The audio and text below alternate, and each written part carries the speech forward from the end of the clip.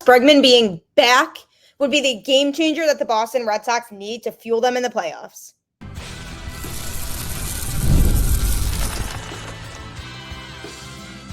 You are Locked On Red Sox, your daily Boston Red Sox podcast. Part of the Locked On Podcast Network, your team every day. Hello and welcome to Locked On Red Sox, your daily Boston Red Sox podcast, part of the Locked On Podcast Network, your team every day. I'm your host, Gabby Maljanian, former ESPN social media associate and currently the host of the Boston Balling podcast as well. And I'm here to bring you the latest in all things Boston Red Sox, Monday through Friday, straight to your favorite podcast feed. And want to know the best part? It's all free. So make sure you tune in because Locked On is here for you every single day. This episode is brought to you by 5 Hour Energy. Enough with boring, flavorless caffeine. It's time to give your caffeine a flavor upgrade with 5 Hour Energy shots. Go to www.5hourenergy.com or Amazon today. I'll tell you all about that later on in today's show, but welcome to another episode of Locked On Red Sox. And the wildcard standings right now are super chaotic. The Red Sox are still very much right in the mix, and they are in a good position to hopefully land a wildcard spot. But they do need to keep winning games. They currently sit just a game ahead of both the Guardians and Astros, who are technically tied right now for the last wildcard spot, with the Red Sox being in the second spot. So lots of chaos that can happen over this last week of the regular season. But somebody that could help the Red Sox win games is Alex Bregman. Is he back after a nice series against the Rays? And if so, what does that mean for the Red Sox? Going to be talking about that on today's show, as well as Wilyer Abreu returning to the lineup and Kyle Harrison making his first start for the Red Sox. So lots to think about. And when you think about the Red Sox playoff chances, you think about their chances to make a deep run as well, which is a natural thought. And this Red Sox team has truly come a long way from where it was at over the last few years.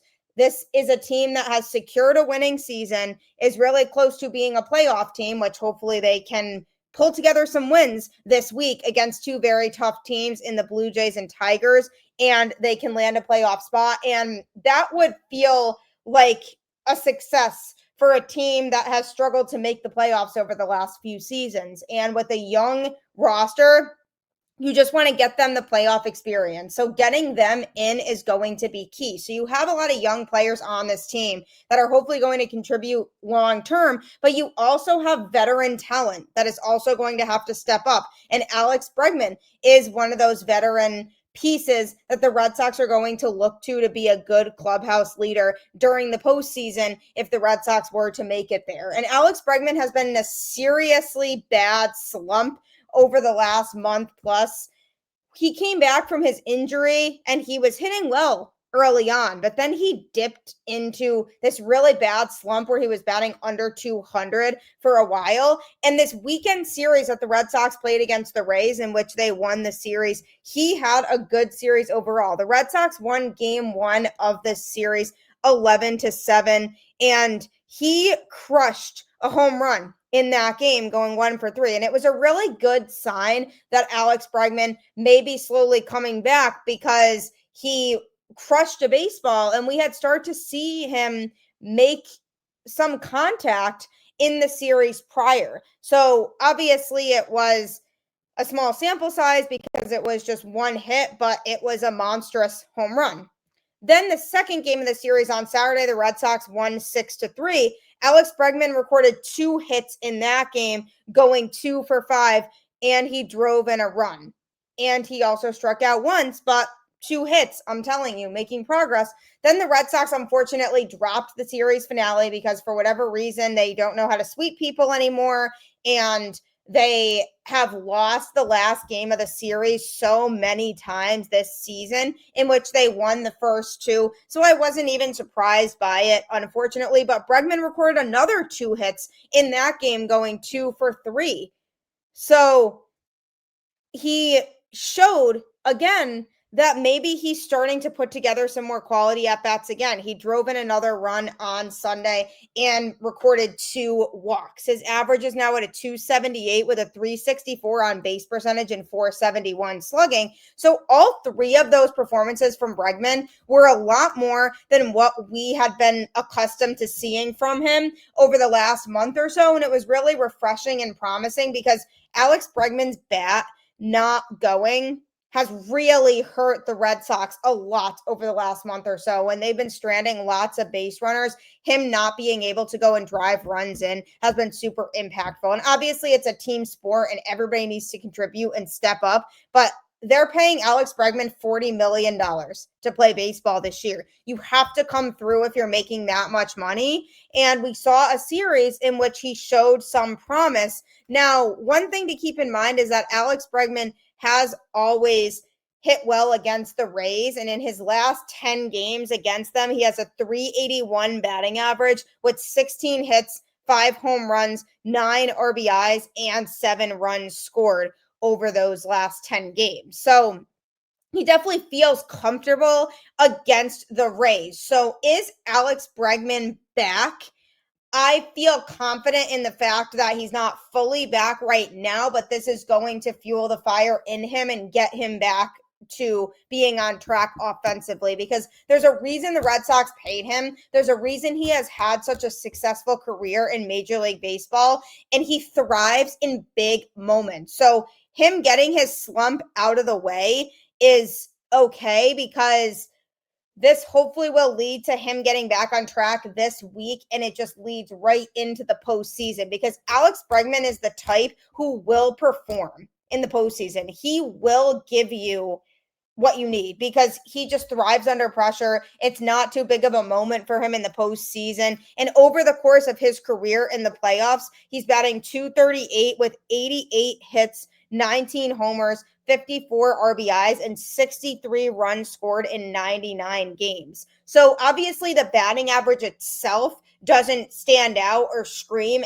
at you, but he gets on base a ton in the postseason, and he's driving runs in and he's scoring. And that's a big thing for the Red Sox that they have been lacking as of late, is that ability to drive in runs. And that's something that Alex Bregman can do when he's at his best. And when it comes to guys stepping up in the postseason, wouldn't Alex Bregman be somebody that you trust in the playoffs, even if he had been struggling generally over the last month or so for this Boston Red Sox team? He is somebody that you feel you can go into the playoffs with, and he can get the job done for you. He can go out there and he can get the big hits when it's needed. And the Red Sox do in fact need that, because in Sunday's game, when the Red Sox lost 7-3, we saw that game kind of get out of hand for the Red Sox. Connolly early was making the start on the mound. He gave up 3 runs in the first inning, with 2 of those being earned. He got through just 4 innings, giving up 3 hits with 2 walks and 4 strikeouts. He threw just 67 pitches, with 41 of those going for strikes, and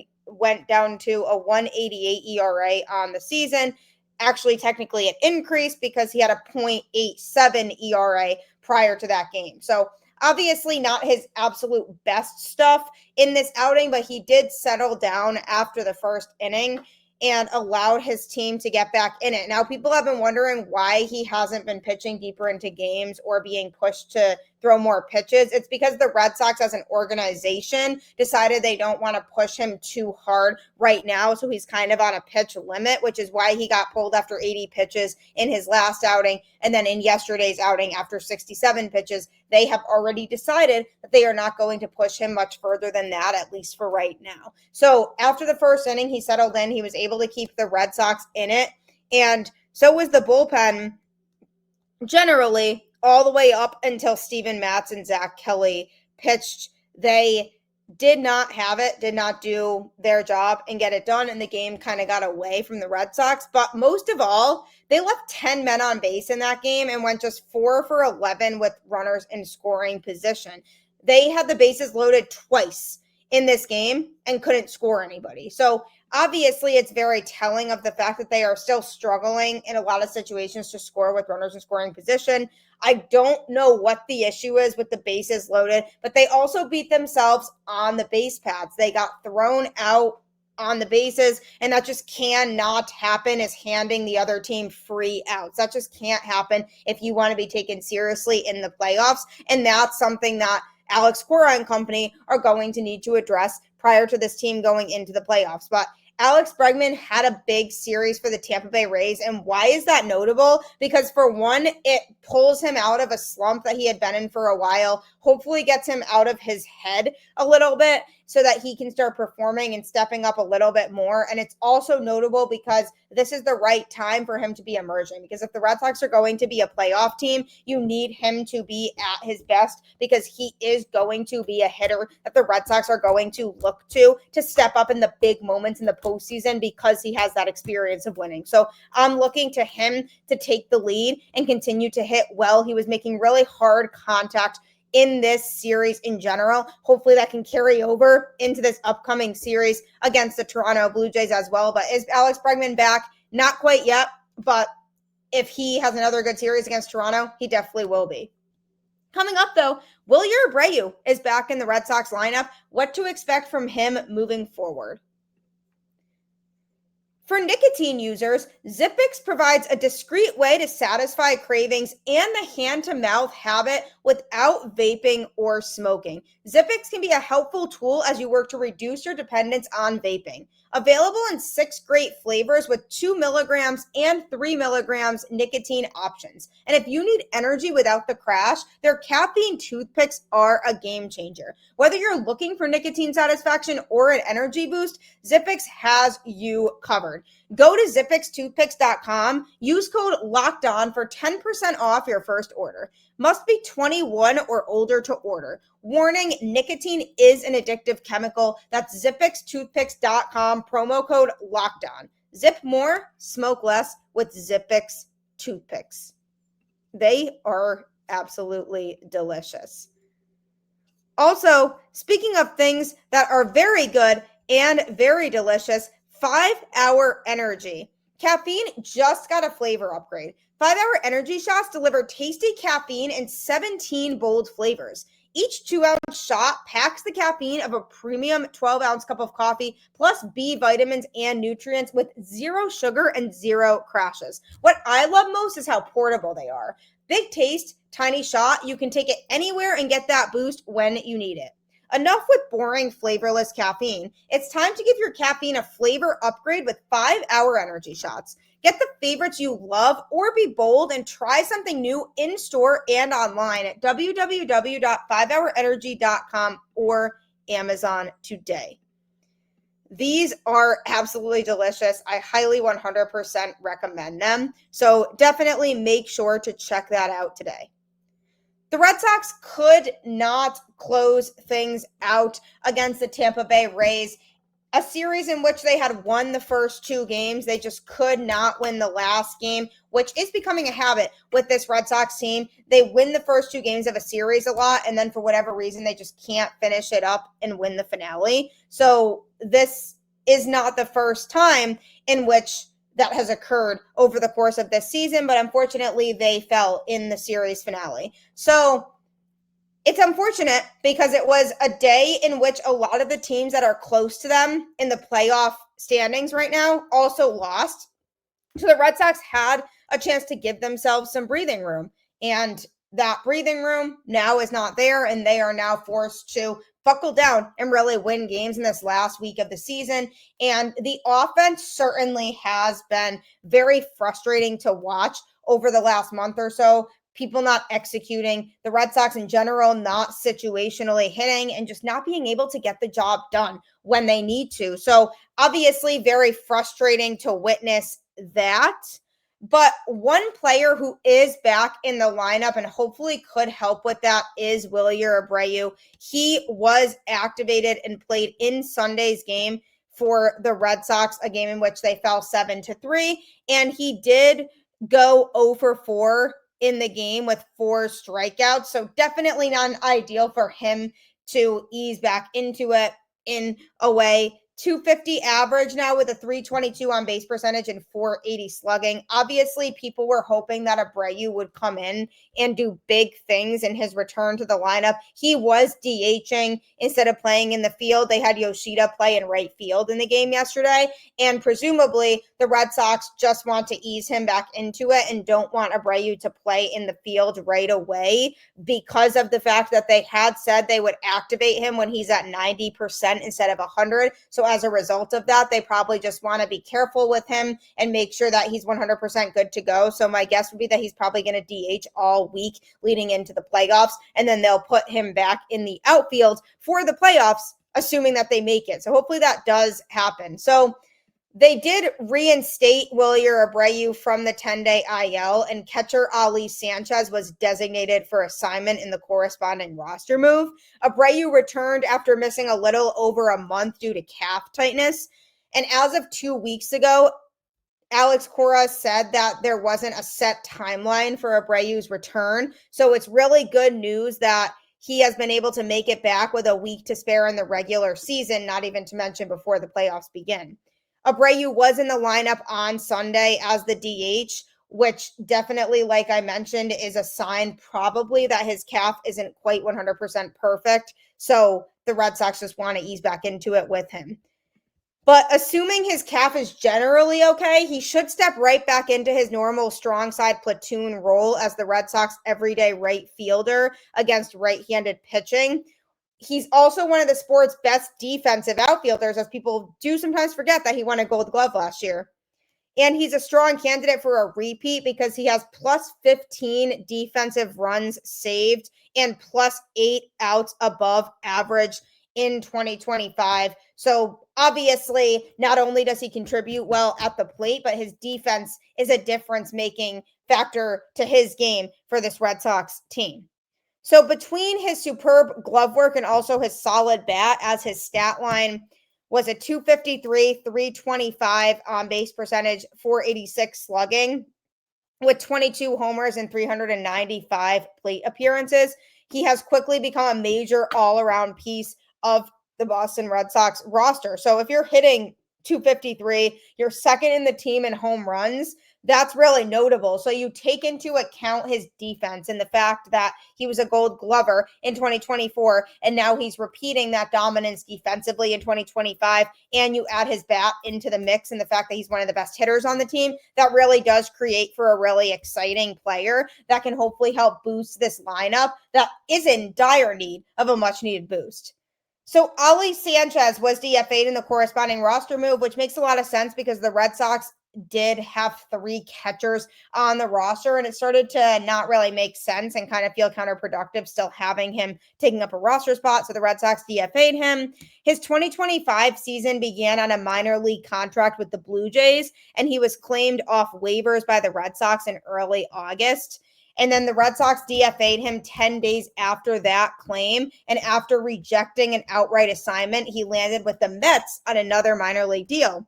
Then he found himself on the way back to Boston again in a trade on September 1st as the Red Sox wanted some additional depth behind the Carlos Narvaez, Connor Wong catching combo. Over 12 big league games in 2025, he has a 522 OPS over 23 plate appearances, with all but 2 of those coming with Toronto. So he was not a great player, but a good depth option for the Red Sox to have. He has a career slash line, though, of a 183 batting average, 220 on base percentage, and 283 slugging percentage over 133 career plate appearances in parts of 4 different major league seasons, as his bat just really hasn't been productive enough to hold down a regular role, even if his well-regarded glove keeps getting him looks, because truly he is good behind the plate, and that's what's kept him in Major League Baseball, but he can't really match that to the bat. His bat definitely lags a lot more. He's out of minor league options, which is part of the reason why he has been such a regular on the waiver wire. Because he has been previously outrighted, he has the ability to elect free agency if he clears waivers and is assigned to AAA with the Red Sox, though he is probably more likely to just accept the assignment and stay in the organization as depth. So he does have an option there, but the move definitely made sense And it cleared the way for a player who hopefully is going to be a difference maker in this Red Sox lineup moving forward, because when the lineup is in a period of time where it's just really lagging, like everybody in the lineup is just not hitting, it can be really tough to break out of that. And you had certain guys here and there who would do big things to make things happen for the Red Sox offense. Trevor Story, for example, has kind of been a constant who has always been contributing all season long. I mean, what a season for him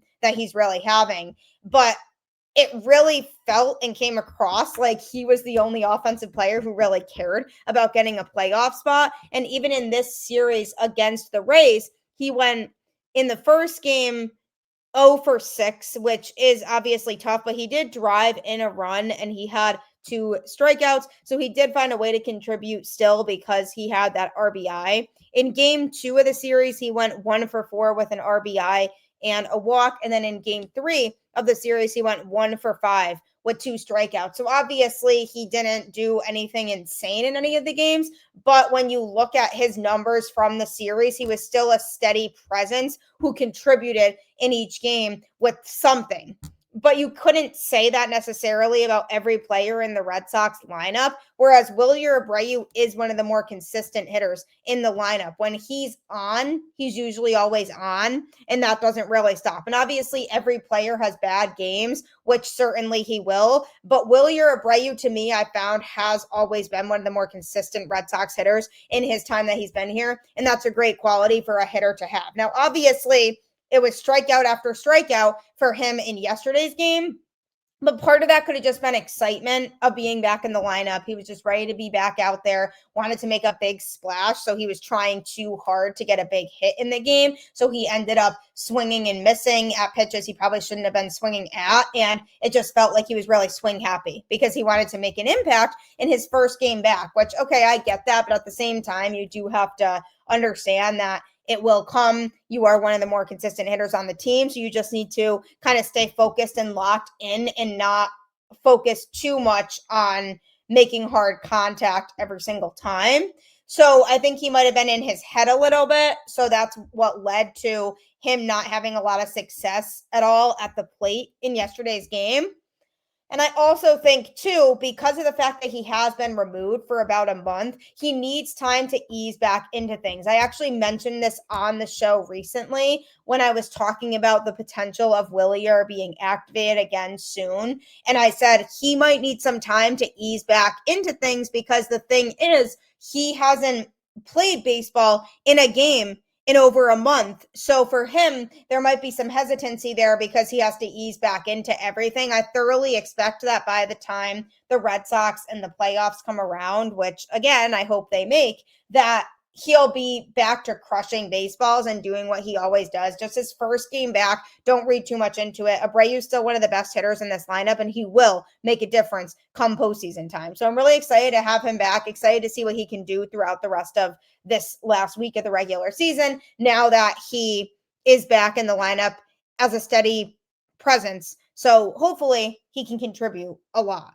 And coming up, going to the pitching side, Kyle Harrison made his first start with the Boston Red Sox. My thoughts on that next. You've probably seen a million ads for hair growth products and thought, sure, like that actually works. There are so many products out there, and it's hard to know which ones are actually going to do anything. That's why you should give Nutrafol a closer look. Nutrafol is the #1 dermatologist recommended hair growth supplement brand, trusted by over 1.5 million people. And it's not just hype. This is a supplement clinically tested that targets the root causes of thinning and shedding with a proactive approach. I love that Nutrafol is simple and adding to your day. 4 pills with a meal, no prescription needed, easy. See thicker, stronger hair with less shedding in just 3 to 6 months with Nutrafol. For a limited time, Nutrafol is offering Locked On MLB listeners $10 off your first month subscription and free shipping when you go to Nutrafol.com and enter the promo code LOCKEDONMLB. That's Nutrafol.com, promo code LOCKEDONMLB. I promise your hair will feel a lot healthier, so make sure that you invest in Nutrafol today. And also, I know it can be difficult and stressful sometimes to manage your money. I know for a long time, I didn't even know what I was spending money on. And it became really confusing and hard to keep track. That's how Monarch Money saved my life, because it's hard to even name all your financial accounts. And how Monarch helped me is it helped me to identify unnecessary expenses. So a bunch of subscription services I was paying for that I didn't need, that I was able to cancel. And it's now since helped me to save a lot of money. Monarch Money is essentially an all-in-one personal finance tool that brings your entire financial life together in one clean, easy-to-use interface on your laptop or your phone. It's built for people with busy lives. Don't let financial opportunities slip through the cracks. Use code LOCKEDONMLB at monarchmoney.com in your browser for half off your first year. That's 50% off your first year at monarchmoney.com with code LOCKEDONMLB. This is a great way to keep your life organized. I promise, for me, it has saved my life, and I really do feel like I'm much better off now because I can be a little bit more careful about what I spend money on. So that can absolutely be you too if you check out Monarch Money today, because honestly, there's nothing better than knowing that you have your expenses under wraps. As the Red Sox won their series over the Tampa Bay Rays over the weekend, which was a huge, much needed series, they also do continue to think about the postseason and where they are at. Those wild card standings are tight right now, with the Yankees currently holding the top wild card spot with a record of 88 and 68, with the Red Sox in the second wild card spot right now at 85 and 71. So if the season were to end today, right now, the Red Sox would travel to Yankee Stadium for the wild card series, which obviously would be fun and would be great for baseball because of the rivalry. But the Red Sox need to start hitting before they even focus on who they're going to be playing then, because the Cleveland Guardians and Houston Astros are both knocking right on the Red Sox door. Both of those teams sit at 84 and 72. So it's going to be a whirlwind of a finish.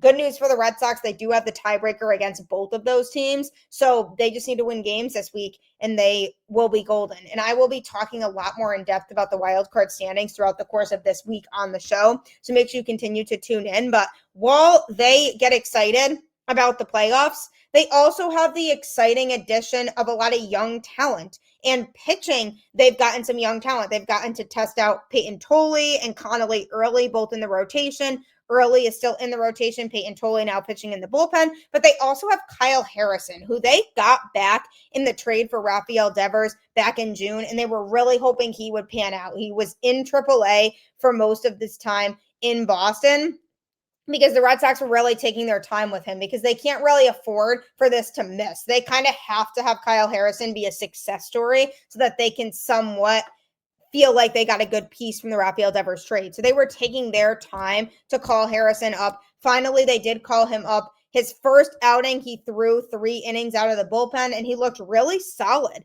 And he pitched as a starting pitcher for the Red Sox in this series against Tampa, because the Red Sox have always seen him long-term as a starter. But when they called him up originally, they wanted to have him throw out of the bullpen first. So he made his first start with the Boston Red Sox on Saturday, a game in which the Red Sox won. He threw 6 really strong innings, giving up 4 hits and 1 earned run, with 2 walks and 5 strikeouts. He threw 86 pitches, with 60 of those getting 4 strikes. And he had a 3.58 ERA after it. So unfortunately, he couldn't take the win in the game because the Red Sox blew a lead, shockingly. So he was unable to get the lead and the win as a result. So when he exited, he ended up getting no decision, which obviously is a bummer for him, but definitely not a bummer the way he looked. He pitched at a very high level. And what exactly is it that worked for Kyle Harrison? Now, I spoke with him in Worcester, and he was talking about what he wanted to grow on the most in his game, and he primarily emphasized off-speed pitches. He said his fastball is really strong and that he felt confident in it. He just wanted to add more secondary pitches to go along with that pitch. So that's primarily what he was focusing on at the AAA level, and it definitely paid off because he brought his best stuff into that game on Saturday. He had pitched one game for the Red Sox entering Saturday, which was that 3 shutout inning performance out of the bullpen. So it was totally worth the wait of keeping him in AAA for a while because of how good he looked on the mound on Saturday. He threw 86 pitches and left the game, again, with a 3-1 lead, but since the Red Sox blew it, he couldn't get the win. They ended up winning the game, but because they blew the lead after he exited, he does not get the win for that game, unfortunately. So he ultimately ended up using a 4-pitch mix in his start. Primarily, he focused on throwing his 4-seam fastball and his slurve, but he did mix in changeups and cutters as well. So he was able to have 2 other pitches to keep hitters on their toes, but the 2 former pitches accounted for the majority of his offering. And he has previously used a changeup, but the Red Sox did help him add a cutter that he didn't have before in the minor leagues. So that speaks again to the Red Sox pitching development of helping guys to unlock new tools. That's what's going to help them continue to elevate their game. So because they introduced that pitch to him, it helped him to be able to be a little bit more successful and expand on his arsenal. His fastball is his best pitch, and it was definitely his best pitch in that outing. It only averaged 93 miles per hour, but his low release point and high vertical movement create a flat approach angle, which helps the pitch play up. So some pitches floated over the heart of the plate, but he generally kept the ball up where it plays the best. On the outing, his fastball had a 76% strike rate and 7 whiffs. So that pitch definitely does play as I knew that it would. And now that he has more pitches to mix in, he is on track to be successful in Major League Baseball. His slurve was his primary breaking pitch, and it also performed well. Against righties, he threw it both backdoor and to the back foot for called strikes and whiffs. And then against lefties, he kept it on the glove side away from peril. He used a cutter to right-handed hitters as well, although he didn't command it well enough to be a consistent strike getter. It is a new pitch for him, though, and more time should help him find a better feel for it. So that's a pitch that's still a work in progress for him, but because he's using it in games now to practice, hopefully he'll be able to get the hang of it soon. He also used a changeup and punched out one hitter with it, but like his cutter, it's not as polished as either of his other 2 pitches are. With the Red Sox going on to win the game, it gave them some momentum. Ultimately, that momentum died in Sunday's game because they couldn't conclude the sweep. But Harrison could get one more turn in the rotation with 6 games remaining, although things could get messy depending on the playoff picture. But either way, he came through in a big way on Saturday and should definitely be a big part of the Red Sox future in the starting rotation. They definitely have got to be excited about what they saw from him, and it really alludes again back to how bright the future is for the Boston Red Sox. So I'm really happy with what I saw from Kyle Harrison. Hopefully he gets another opportunity to start before the postseason, but if not, I'm sure he'll definitely get opportunities in the playoffs. So really good stuff from him and really exciting to think about the future with him as part of that starting rotation. So we'll have to see how this all plays out. Going to be a crazy and stressful week, but the Red Sox are off today as are every other team in the American League. So everybody's enjoying an off day, but the fight will start again on Tuesday in this road to the playoffs. So we'll have to see how that all plays out. But thank you so much for always tuning in to Locked On Red Sox and always making it your first listen of every single day. Next, be sure to check out Locked On MLB Game Night, which is on Locked On MLB on YouTube or wherever you listen to podcasts. It's our local Locked On analysts going over every game, every single night, all the way up until a World Series champion is crowned. It's truly a great show, so you will really enjoy it. Make sure you check it out next, and it'll keep you in the loop on all things going on across the league, especially in this last week when things constantly could change. So make sure you check that out next. Like always, keep the faith, go Red Sox, and I'll catch you on the flip side.